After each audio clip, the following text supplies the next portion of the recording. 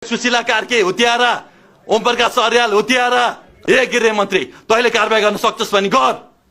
मेरै गाउँको होस् त पनि खास त रेस्पेक्ट गरेर भेना भन्नुपर्ने हो, त्यही पनि त भन्न बाध्य छु आज। साला तोरी काम नगर तैँले भर्खर एउटा ड्रोन छोड्दै एउटा गृह मन्त्री मार्यो भने औकात छैन बाँच्न सक्ने तेरो है। भर्खर एउटा ड्रोन छोडेर पुलिस हेडक्वार्टर सकाइदियो भने औकात छैन बाँच्ने तेरो। एउटा सानो मिसाल मैले यही माथिबाट रेडी छ, ए छोड्दै भने बालुवाटार 1 सेकेन्डमा ध्वस्त हुन्छ। हाम्रो महावीर पुन दाई, कुलमान घिसिङ दाई र बब्लु बाहेक सम्पूर्ण तपाईँ मन्त्रीहरू केयर गरेर बस्नु भएको छ त्यहाँ। जेनजीको भाइहरूको साथीहरूको कुन माथि होली खेलेर गएर तपाईलाई मङ्सिरमा चुनावको चटारो छ। तपाईलाई कांग्रेस एमाले माओवादी बोलाएर सर्वपक्षीय बैठक राख्न बोलाएको, हामीलाई 10 चोटि वार्ता गरेर मान्दे चुनाव गर भनेर बोलाएको।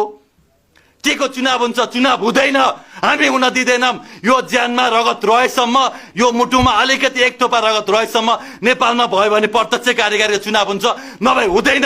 हो कि होइन? यहीबाट घोषणा भयो प्रत्यक्ष कार्यकारी प्रधानमन्त्रीको चुनाव हुन्छ, नभए कुनै चुनाव हुँदैन।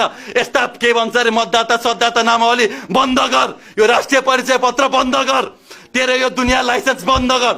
साला घुस खाएर विदेशबाट टेरामक्स ल्याएर एमडेमस ल्याएर घुस खाएर हाम्रो डाटा सबै विदेशलाई दिएर हामीसित नागरिकता हुँदाहुँदै राष्ट्रिय परिचय पत्र अनेक अनेक नाटक गरेर अमेरिकाको नुन खाएर युरोपियन युनियनको नुन खाएर नेपाली युवाको खुन चुस्ने काम बन्द गर सरकार। यहीबाट चुनौती दिन चाहन्छु। यति 21 दिनभित्र सुशीला कार्के, बालन शाह र यो ओम प्रकाश अर्यालले यति हाम्रा माग पूरा गरेनन्, मेरा माग पूरा गर्नु परेन है। जेनजीकै माग पूरा गर, त्यही हो हाम्रो माग है। सारा जेनजीको मात्र माग होइन, नेपालीको माग हो। यति सुशीला कार्के, ओम प्रकाश अर्याल र यो सम्पूर्ण सरकार यति 21 दिनभित्र मङ्सिर 3 गते भित्र यति तिमीहरूले हाम्रो शान्तिपूर्ण प्रदर्शनलाई बिथोल्ने प्रयास गरिस्। आज पुलिस ल्याएर हामीलाई पक्रिन खोजेका छस्, हाम्रो विरुद्धमा पक्राउ पूर्ति जारी गरिसकेका छस्, थाहा छ हामीलाई है। डराएको भए आउँथेन होला है, गोली खान डराएर आएको होइन। यति हत्या तिमीहरूसँग डराउनु पनि कारणै थिएन। भर्खर एउटा ड्रोन छोड्दै एउटा गृह मन्त्री मार्यो भने औकात छैन बाँच्न सक्ने तेरो है। भर्खर एउटा ड्रोन छोडेर पुलिस हेडक्वार्टर सकाइदियो भने औकात छैन बाँच्ने तेरो। एउटा सानो मिसाल मैले यही माथिबाट रेडी छ, ए छोड्दै भने बालुवाटार 1 सेकेन्डमा ध्वस्त हुन्छ, औकात छैन बाँच्ने तेरो। डरायो भने नसोच फेरि है, डरायो भने नसोच। वीर गोर्खालीको छोरा हो, वीरभद्रको छोरा हो, महाकालीको छोरा हो, भद्रकालीको नाति हो है, महालक्ष्मीको छोरा हो। डरायो भने नसोच तिमीहरू है।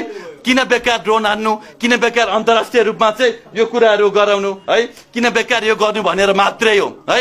र अर्को कुरा, यो बालन शाह भन्ने छ नि मान्छे, मेरै साथी हो है। यति खतम मान्छे कि मैले जिन्दगीमा यति खतम मान्छे देखेँ।